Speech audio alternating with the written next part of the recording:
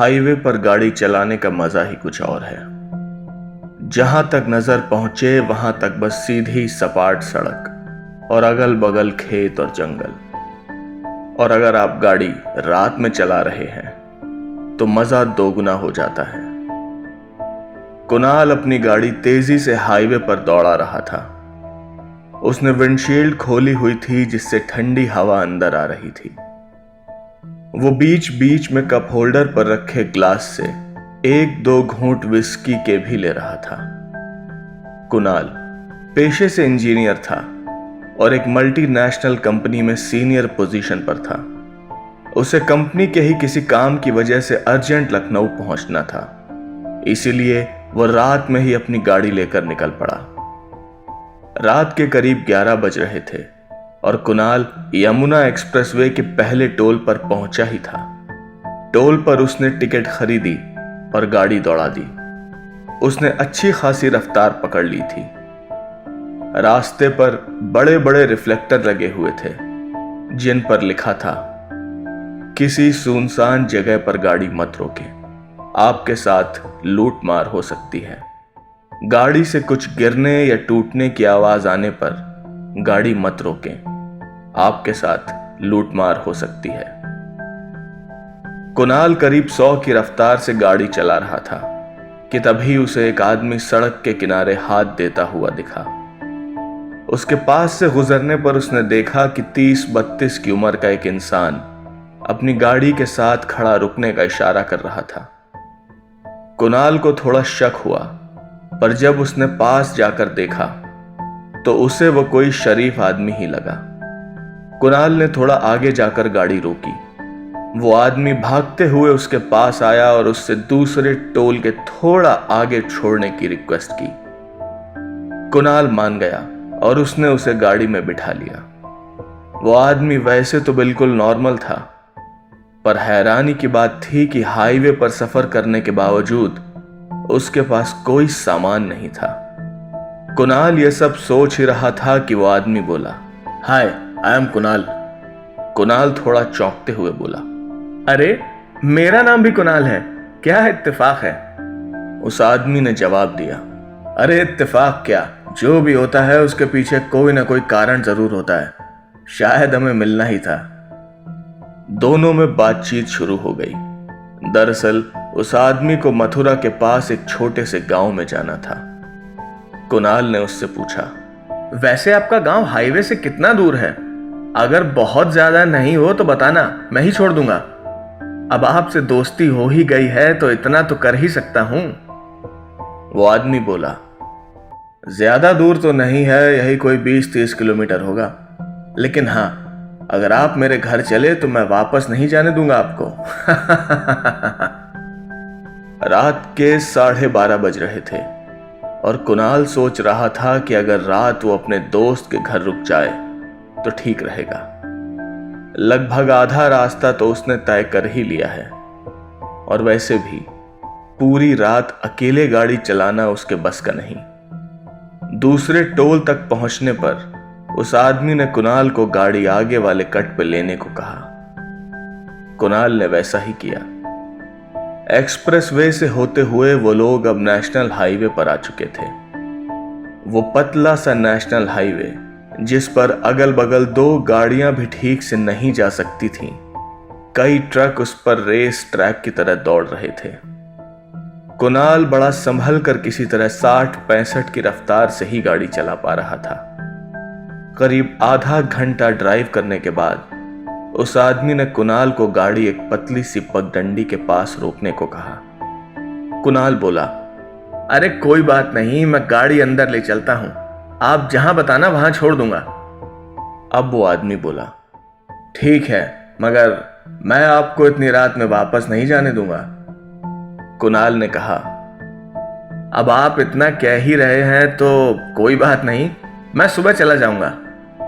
वो आदमी कुणाल को गांव की पतली पतली गलियों से होता हुआ एक घर तक ले आया, मगर वो किसी भी लिहाज से घर तो बिल्कुल नहीं लग रहा था। ये तो कोई हवेली थी। बड़े बड़े खंभों के सहारे टिकी हुई नक्काशीदार छत, लकड़ी के भारी दरवाजे, बिल्कुल फिल्मों जैसा। कुणाल उस घर को देखता ही रह गया। वो बोला, आप यहां रहते हैं और इसे आप घर बोलते हैं? भाई ये तो किसी पिक्चर के सेट जैसा है। वो आदमी बोला, अरे आप भी, ये मेरा पुश्तैनी घर है, मैं यहां अपनी पत्नी के साथ रहता हूं। कुणाल बोला, इतने बड़े घर में, मेरा मतलब हवेली में सिर्फ 2 लोग? घर खाली खाली लगता होगा ना? वो आदमी कुछ नहीं बोला। कुणाल ने माहौल को थोड़ा नॉर्मल करना चाहा। माफ कीजिएगा, मैं थोड़ा पर्सनल हो गया था।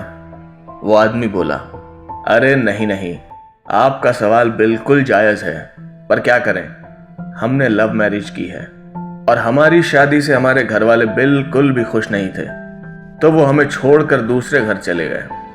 कोई बात नहीं, हम दोनों अपनी जिंदगी में काफी खुश हैं। उनके दरवाजे पर पहुंचते ही एक बुजुर्ग से आदमी ने दरवाजा खोला। वो शायद उनका नौकर था। अच्छी खासी उम्र लग रही थी उसकी, मगर शरीर से एकदम मजबूत, बिल्कुल किसी पहलवान जैसा। वो दोनों को अंदर ले गया। कुणाल बड़े गौर से पूरी हवेली को देख रहा था। तभी उसके दोस्त की पत्नी वहां आई। वो इतनी खूबसूरत होगी, कुणाल ने यह कभी नहीं सोचा था। वो उसे बस देखता ही रह गया। उसके दोस्त ने दोनों को मिलवाया। कुणाल, ये मेरी पत्नी कामिनी है। कामिनी, इन्होंने ही मेरी मदद की है यहां तक पहुंचने में। अगर ये नहीं होते तो पता नहीं मैं इतनी रात में अकेला क्या करता। और मजे की बात यह है कि इनका भी नाम कुणाल है। वो तीनों इधर उधर की बातें कर ही रहे थे कि वो नौकर खाना लेकर आया। वो आदमी कुणाल से बोला, और इनसे तो मैं तुम्हें मिलवाना ही भूल गया, ये बख्तावर काका हैं, यहाँ का सारा काम संभालते हैं। जब से होश संभाला है इन्होंने ही मेरी देखभाल की है।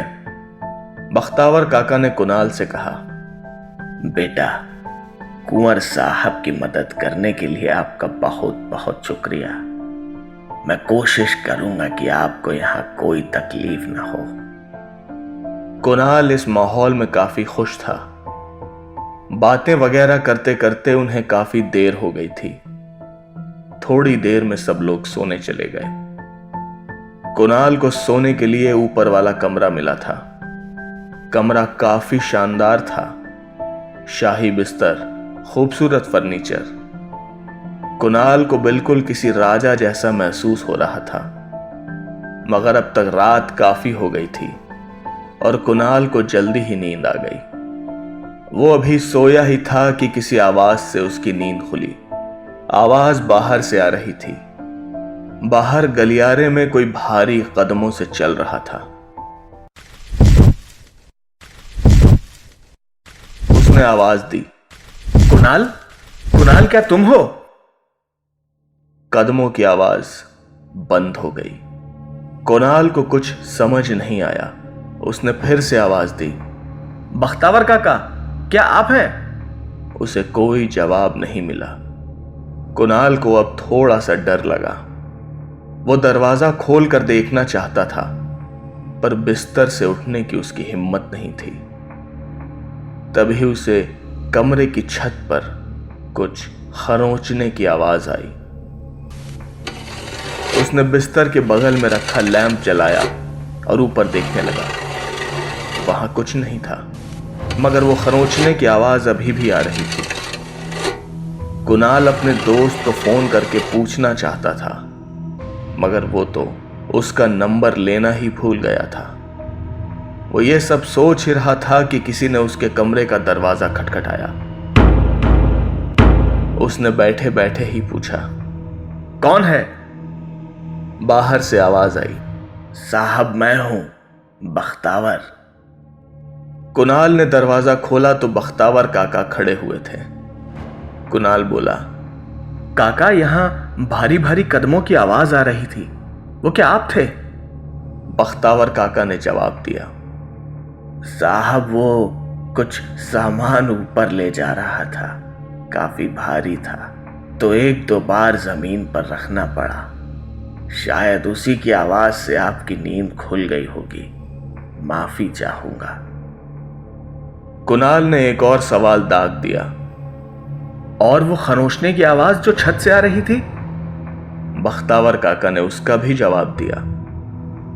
अरे साहब, ऊपर कोठरी में काफी अनाज रखा है, तो वहां चूहे भी बहुत हैं, उन्हीं की आवाज होगी। हवेली पुरानी है ना, तो जरा सी आवाज भी हर जगह गूंजती है। आप परेशान मत होइए। कुणाल ने थोड़ा राहत की सांस ली। वो बोला, ओह, मुझे लगा कहीं कोई चोर वोर ना घुस आया हो। बख्तावर काका बड़ी अजीब तरह से बोले, नहीं साहब, यहां कहां कोई चोर आएगा। यहां कोई नहीं आता। इस हवेली में कुंवर साहब और मालकिन की मर्जी के बगैर कोई नहीं आ सकता। आप सो जाइए, कल सुबह आपको निकलना भी तो है। कुणाल को भी काफी अजीब लगा, पर वो कुछ नहीं बोला। कुणाल को बख्तावर काका की बातें हजम नहीं हो रही थीं। उसे कुछ गलत होने का अंदेशा हो रहा था और उसने इसकी पड़ताल करने का फैसला किया। मगर वो हवेली बहुत बड़ी थी, पता नहीं वो कहां क्या ढूंढता फिरेगा। वो ये सब सोच ही रहा था कि उसे फिर से छत पर कुछ खरोंचने की आवाज सुनाई दी। इस बार आवाज काफी तेज थी और ये आवाज किसी चूहे की तो बिल्कुल नहीं थी। लग रहा था जैसे कोई बड़े बड़े पंजों से सतह को खरोंच रहा हो। वो आवाज धीरे धीरे तेज होती जा रही थी। कुणाल को ऐसा लग रहा था जैसे वो आवाज उसके पास आ रही हो। तभी वो आवाज छत की बजाय कुणाल के कमरे की खिड़की के पास से आने लगी। कुणाल खुद को समझा रहा था कि शायद कोई चिड़िया या कीड़ा वगैरह होगा, मगर उसने जब खिड़की से झांक कर देखा तो उसकी रूह कांप गई। उसने कामिनी को हवेली के बाहर की दीवार पर चिपके हुए देखा। कामिनी दीवार पर किसी छिपकली की तरह चिपकी हुई थी और उसके बड़े बड़े नाखून दीवार में ऐसे गड़ रहे थे जैसे मक्खन पर गरम चाकू। वो कामिनी को देख ही रहा था कि दोनों की नजरें मिली। कामिनी ने घूर कर कुणाल की ओर देखा और अपने चेहरे पर एक शैतानी मुस्कान लिए तेजी से दीवार के दूसरी तरफ रेंगती हुई निकल गई। कुणाल अंदर से हिल चुका था। उसे अपनी आंखों पर यकीन नहीं हो रहा था। वो वहां से तुरंत भाग जाना चाहता था, मगर उसके लिए उसे उस कमरे से बाहर निकलना पड़ता और बाहर उसका सामना कामिनी से हो सकता था।